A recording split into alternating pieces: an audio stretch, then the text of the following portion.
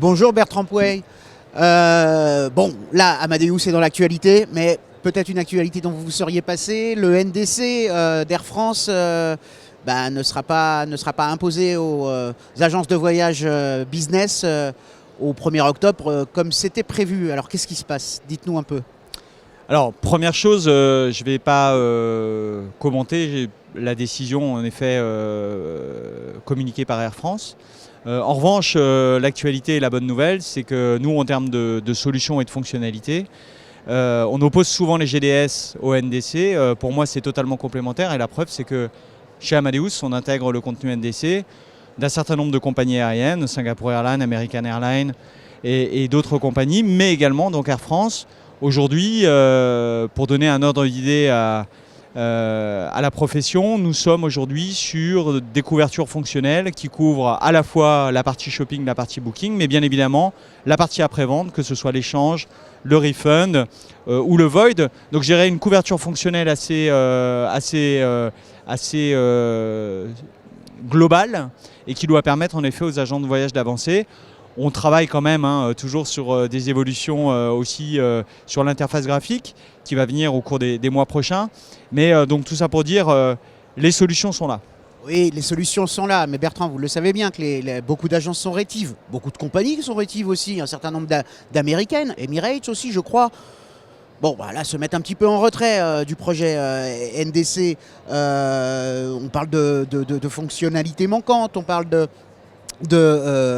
productivité détériorée avec NDC versus GDS. Tout ça, ce sont des critiques que vous entendez, bien entendu.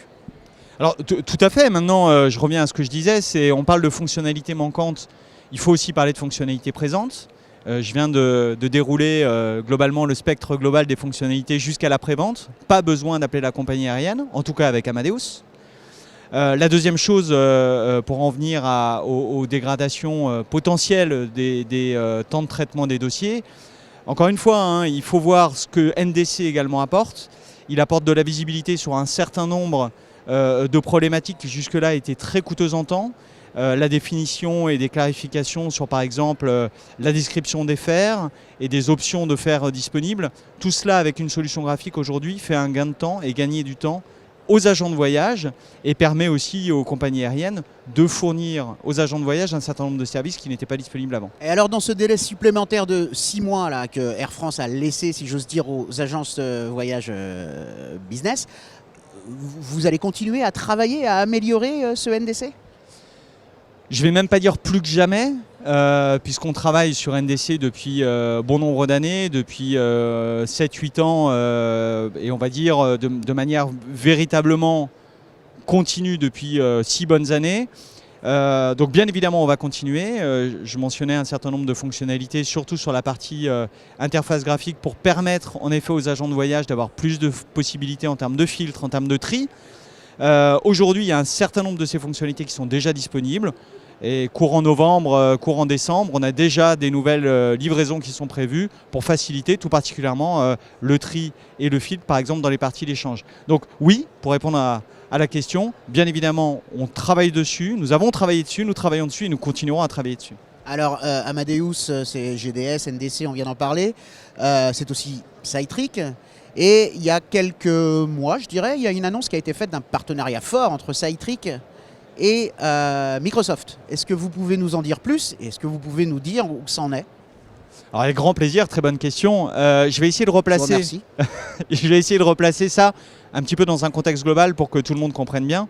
Avec les 2 années difficiles pour l'ensemble de la profession par lesquelles nous sommes passés, Amadeus a fait le choix de garder un niveau d'investissement en R&D pratiquement constant. Pour donner un ordre d'idée, en 2021, on était sur un niveau d'investissement en R&D de 2018. Ça représente à peu près, sur la période 2019-2021, 2,7 milliards d'euros d'investissement en R&D. Nous accélérons actuellement, on est revenu au 2e trimestre de cette année à un niveau d'investissement de R&D comparable à 2019. Sur une année, ça représente un investissement annuel à peu près d'1 milliard d'euros.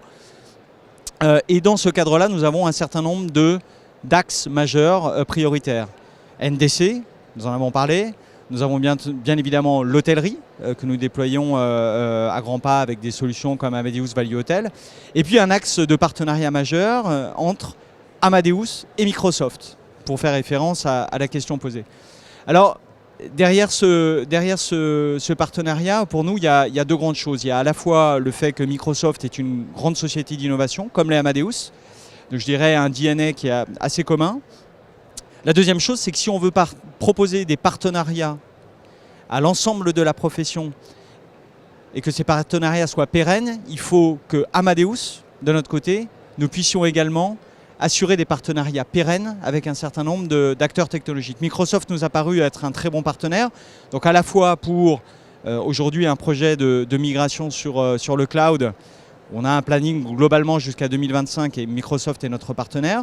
Et puis également sur des parties d'innovation, et la partie Cytric qui se nomme Cytric Easy, donc c'est l'intégration de Cytric au sein de l'offre Microsoft 365 et qui va permettre en fait principalement donc à la clientèle business de pouvoir à travers des solutions de bureautique qui sont globalement utilisés par l'ensemble des entreprises. Microsoft Office en fait. Exactement, c'est exactement ça, de pouvoir directement avoir accès mais aussi partager, donc c'est véritablement la notion de partage via Teams ou des solutions comme Outlook, vont pouvoir partager toutes les informations de leur voyage avec les collègues et même en dehors de leur entreprise.